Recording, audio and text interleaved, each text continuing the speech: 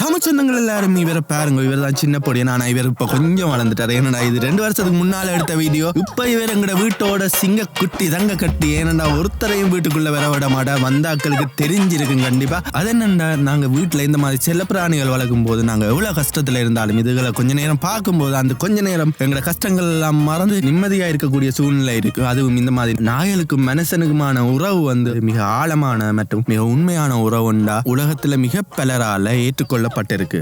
அப்படி இந்த நாய்கள் என்னதான் செய்யுதுன்னு பார்த்தா மனுஷனுடைய மனநிலையை உணர்கின்றனவா. அதாவது நாங்க சந்தோஷமா இருக்கிறோமா, துக்கமா இருக்கிறோமா, ஏன் கோபமா இருக்கிறோமான்றதை கூட அதால அறிந்து கொள்ள முடியுமா.